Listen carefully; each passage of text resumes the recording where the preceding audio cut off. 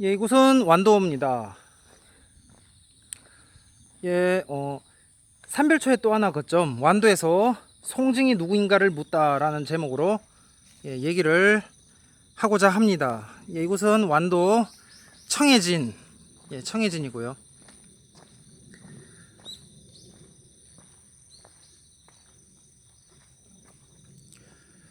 예, 진도군 군내면 용장산성은 벽파진을 통해 진도로 들어온 삼별초가 대몽항쟁의 근거지로 삼았던 곳입니다. 예, 삼별초는 이곳에 머물며 9달간 세력을 넓히는데 멀리는 탐나국에서 가까이는 완도와 해남도 이르는 거제도까지 이르는 30개 도서 지역을 장악하며 해상왕국으로의 면모를 갖춘다. 하지만 1217년 5월 화포 합창을 앞세운 여몽연합군의 대대적인 공격으로 성읍들은 힘없이 무너졌습니다. 성은 힘없이 무너졌고 배중선은 죽고 이후 삼별초의 처절한 패퇴가 시작됩니다. 퇴각하던 승하우 온 일행이 침결이 부근에서 연합군과 첫 격전을 치르죠. 오늘 잃습니다. 계속 왕원을 잃고요. 계속 남아하던 김통정 일행은 다시 돈지리에서 맞닥뜨립니다. 삼별초의 사기는 떨어질 대로 떨어졌습니다. 돈지벌 전투는 처참했죠. 밀고 밀리던 김통정 일행, 고심 끝에 진도를 버리고 제주로 옮길 것을 결정하게 됩니다. 그런데 김통정은 이미 제주에 자리 잡은 탐나주둔 삼별초 사령관이었을 수 있습니다.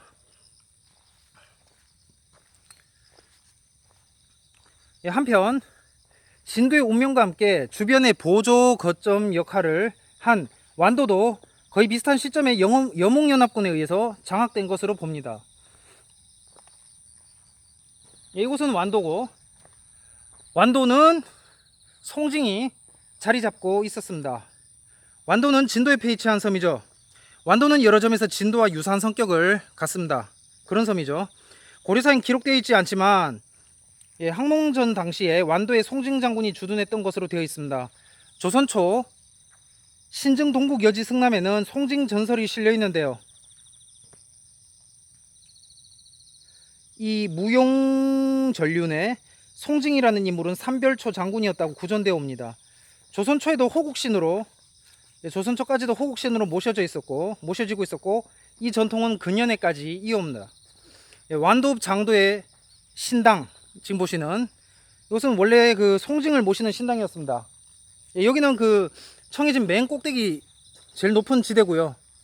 저쪽으로는 다시 내려가는 거고 이쪽에서는 올라오는 길이거든요.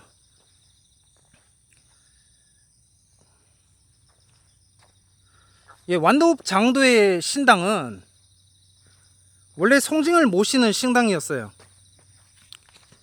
이 청해진의 거점으로 알려진 장도의 토성도 토성 이건가? 잘 모르겠습니다. 장도의 토성도 고려인 송징에 의해 축성되었다고 조선 환여 승남 1929년 조선 환여 승남은 말합니다. 즉 송징은 진도 정부 산하에서 일정 세력을 갖고 군사 활동을 전개했던 것으로 보입니다.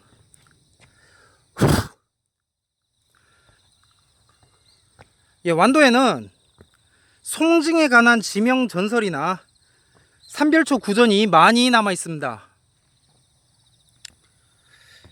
송대장골, 활바위, 송대여 등은 송징 관련의 지명 전설이고 완도군의 황관도는 삼별초 패잔병이 잔류했다는 전설이 전하고 있죠. 16세기 조선조 임옥령의 시인 송대장군가에서 송징은 보다 자세히 묘사되어 있습니다. 여기서 송징의 뛰어난 무용과 큰 기계는 항우에 비견됩니다. 송징은 장보고일까요? 혹자는 구전을 부정하고 장보고와 동일 인물로 봅니다. 우회적 지칭이라는 거죠. 물론 송징 구전 중엔 장보고와 연결되는 게 많이 보입니다. 그러나 다른 부분에 집중해 보고자 합니다. 이번 케이스도 뭐라고 해야 되지? 이할평 박거세와 이알평 바꿔세와 호공을 분리해 보고 싶습니다 라는 그러한 성격이 되겠네요.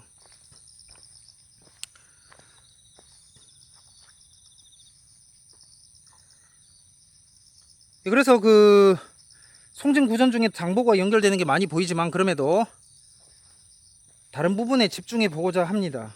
바로 미적추입니다. 외부로부터 글이 불려졌다는데 미적추는 쌀도둑 대장이죠. 수송대는 쇠공미 등이 서울로 가는 걸 자주 탈취했음을 알 수 있습니다. 미적추 칭호는 장보고 설명으로 보기에는 어렵죠. 송징이 미적추로 불렸다는 사실은 조선 중기 해남 출신 문인 임억령의 송대장군가라는 시에 남겨져 있습니다. 임억령은 어느 날 송징이요. 송징은 어느 날 돌연 완도 땅에 등장했습니다. 완도 땅에 온 이유는 무역이나 상업 때문이 아니고 군사적 이유 때문입니다. 상업 활동이나 무역과는 아예 거리가 멀었습니다. 매우 긴박했던 군사적 상황을 묘사했는데 그의 무략은 관군을 압도했지만 가벼운 실수와 방심으로 큰 뜻을 이루지 못한 채 어이없는 최후를 맞는 비운의 영웅이 송징입니다. 송대장군가에 의하면 이 송징의 죽음은 계지바이에 의한 예기치 못한 것이었습니다. 이 때문에 혹자는 송징이 김통정을 지칭하는 게 아닌가 의심하는 경우도 있습니다.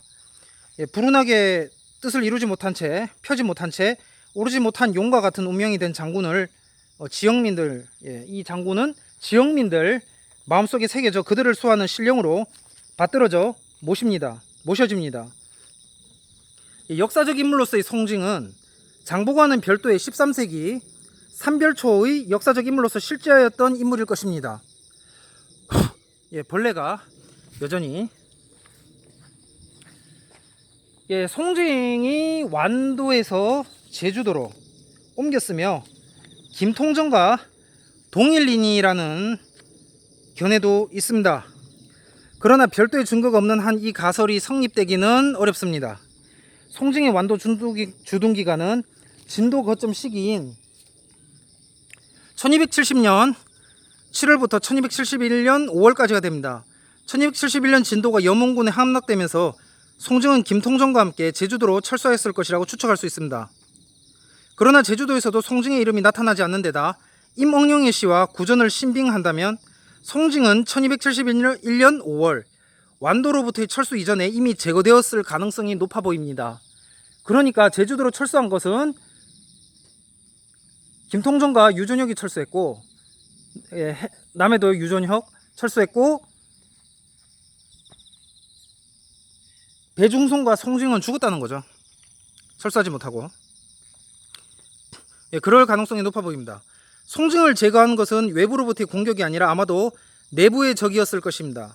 송징의 전승을 장보고의 것으로 1차 하는 것은 많은 문제점이 있음에도 완도의 모든 사적은 장보고로 기결되고 있습니다. 심지어 장도 제장의 제당 보시는 주신도 송징에서 장보고로 바뀌고 말았지요. 여기에는 그 해상왕 장보고 기념사업회의 활발한 활동과 드라마 해신 등 여러 영향의 작용이 게재되었습니다. 완도에 있어서 장보고의 위치는 다른 인물, 다른 역사의 실제를 받아들이기 어려울 만큼 절대적 위치에서 군림하게 된 것이죠. 그래서 진도는 이순신이 다 덮어버리고 삼별초는 보기 힘들고요. 완도는 장보고가 다 덮어버려서 이 송징은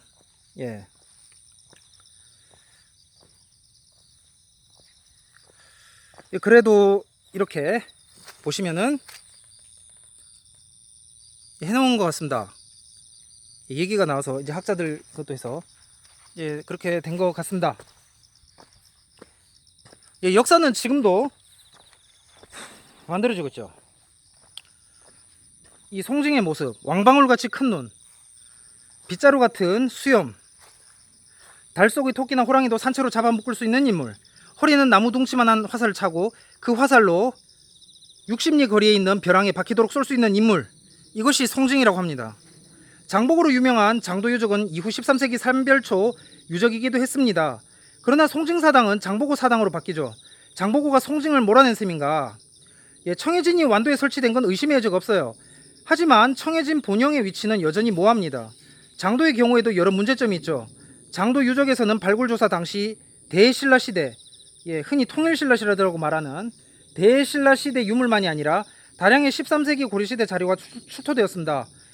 오늘날 완도는 장보고와 송징 두 인물 두 시대를 담고 있어요. 두 시대에 걸쳐 군사 거점이 된 완도. 이 완도에 오늘 왔습니다.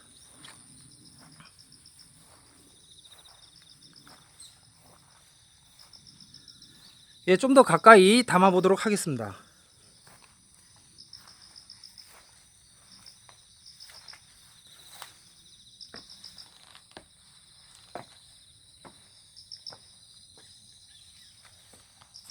관리인이 그 남녀 대학생으로 보이는데 알바생이 저기 입구에 있고요.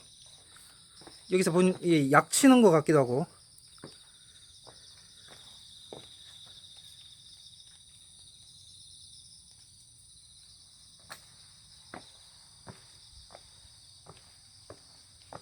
그리고 그 수풀마다 보행금지라고 되어 있어요.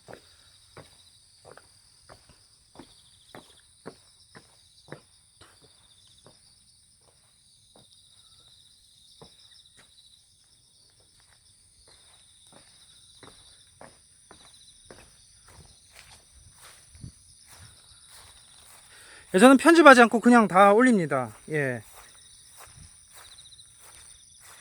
코 킁킁 소리까지 다 그대로 그냥 자연스럽게 다 올리는 것이 더 나을 것 같아서.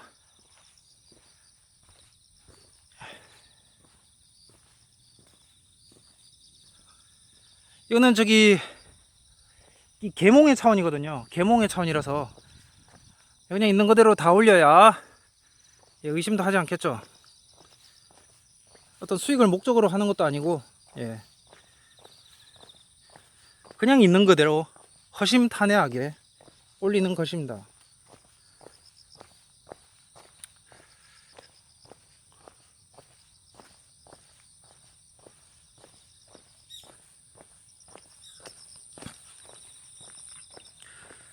이상 완도편이었고요.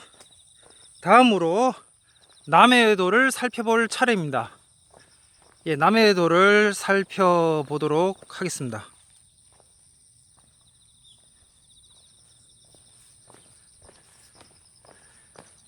마저 보여드리겠습니다.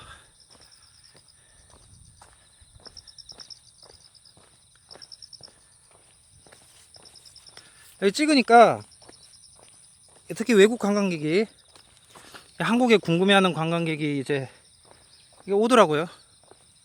그래서 홍보 효과도 되고, 이제 뭐 돈 받고 하는 건 아니지만 자연스럽게 그렇게 되어 버리더라고요.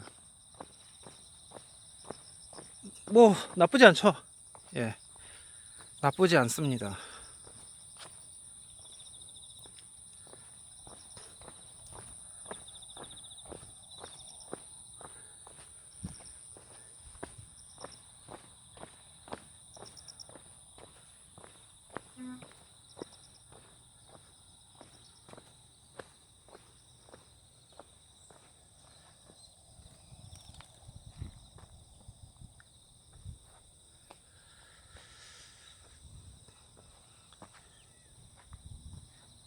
남해도로 이동하도록 하겠습니다.